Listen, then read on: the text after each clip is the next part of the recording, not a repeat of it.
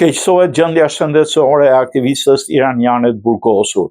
Gjendja shëndetësore e avokatës iraniane për të drejtat e njeriut Narges Mohammadi ishte një rrezik shumë i lartë, thanë të shtunën fondacionet dhe familja e saj, duke shtuar se Ministria e Inteligjencës e Iranit po kundërshton transferimin e saj në Teheran për trajtim mjekësor. Mohammadi, fitues e çmimit Nobel për paqe në fillim të viteve 50 të vetat, u transferua urgjentisht në një spital në Zanjan, në veriperëndim të Iranit, të premten pas një krize kardiake dhe humje ndjenjash. Familja e saj ka thënë se gjendja e saj është përkeqësuar pjesërisht si pasojë një rrahje që mori gjatë arrestimit në dhjetor. Ekipet mjekësore në Zanjan kërkuan dosjet e saj përpara se të kryejnë trajtim, ndërsa kanë rekomanduar transferimin e saj në Teheran, sipas fondacionit, por bashorti i saj Taghi Ramhani, me bazë në Paris, tha se Ministria e Inteligjencës kundërshton transferimin për angiografi.